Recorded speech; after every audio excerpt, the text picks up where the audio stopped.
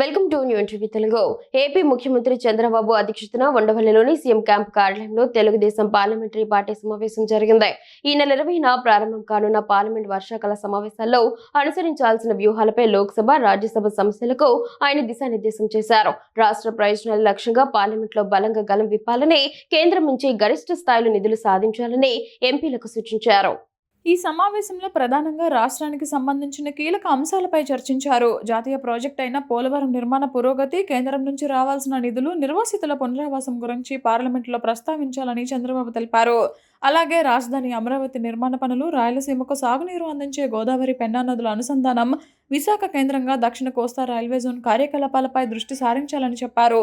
వీటితో పాటు రాష్ట్రంలో పారిశ్రామిక కారిడార్లు, పెట్రోలియం రిఫైనరీల ఏర్పాటు, ఉపాధి కల్పన వంటి అంశాలను కూడా కేంద్రం దృష్టికి తీసుకువెళ్లాలని అన్నారు. ఇటీవల కాలంలో వ్యవస్థలపై జరుగుతున్న దాడులు, సోషల్ మీడియాలో సాగుతున్న దుష్ప్రచారాలను సభలో లేవనెత్తాలని సూచించారు. నియోజకవర్గాల పునర్విభజన, మహిళా బిల్లు వంటి జాతీయ అంశాలపై పార్టీ వైఖరిని అనుసరించి నడుచుకోవాలని ఎంపీలకు స్పష్టం చేశారు. మొత్తం మీద పార్లమెంటు సమావేశాలను సద్వినియోగం చేసుకుని ప్రతి ఎంపీ తమ నియోజకవర్గ సమస్యలతో పాటు రాష్ట్ర సమగ్రాభివృద్ధికి అవసరమైన నిధులను, అనుమతులను సాధించేందుకు సమిష్టిగా కృషి చేయాలని చంద్రబాబు పిలుపునిచ్చారు. పార్లమెంటు వర్షాకాల సమావేశాలు జూలై 20 నుంచి ఆగస్టు 13 వరకు జరగనున్నాయి.